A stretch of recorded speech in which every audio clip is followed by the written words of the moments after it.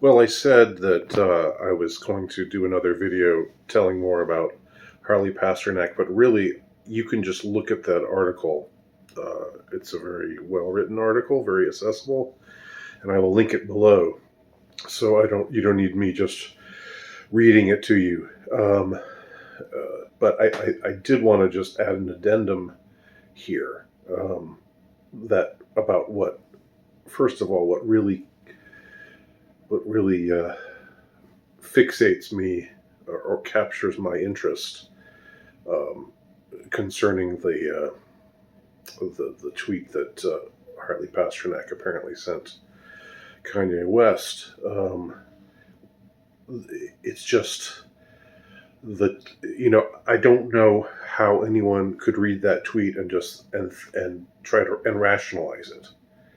I don't know how anyone could read that tweet and say, well, Harley Pasternak just he wants what's best for Kanye.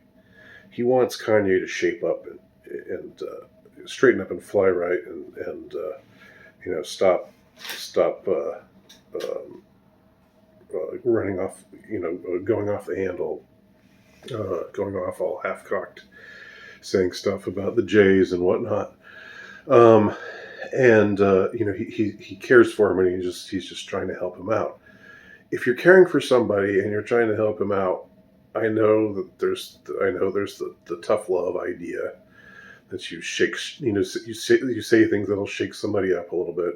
You're not necessarily, all lovey dovey with them.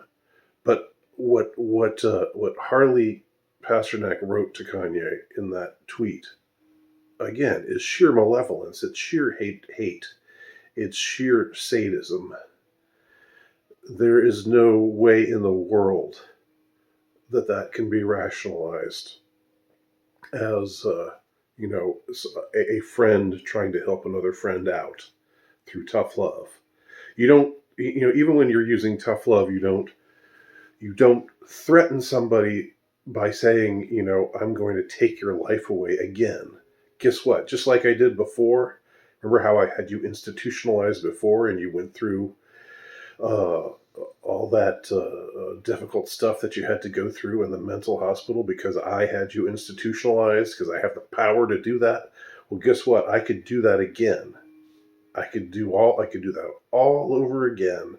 And this time you're never going to come out of zombie land. They'll drug the crap out of you, and you'll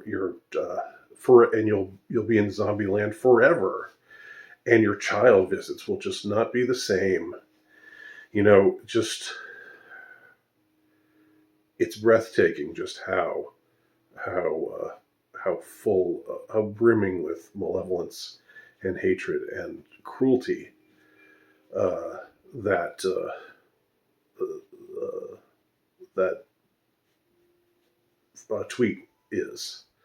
And again, it comes a paragraph after he says, "Well, we can. There's two ways we can do this. We can sit down and have a loving conversation, and you could not cuss at me and not talk about conspiracy theories and so forth."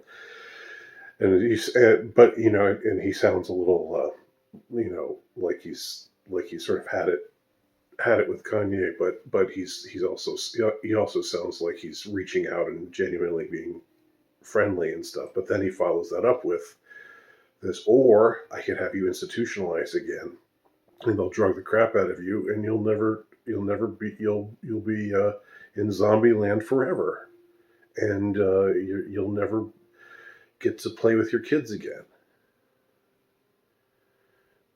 I just I don't if you want to try to rationalize that, if anyone wants to try to rationalize that, go for it, and say, oh, you're just, uh, you're overreacting, Nowicki, to that tweet. No, I don't think so. I don't think I am.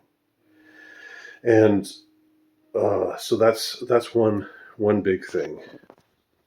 But also just referring to the bio of Harley Pasternak, which I talked about, but which I'll also link to an additional article about his life, and um, what led to him being this trainer to the stars. Well, I mean, you would think that it would just be, somebody becomes a physical trainer and gets really good at it, and then uses his connections and works his way,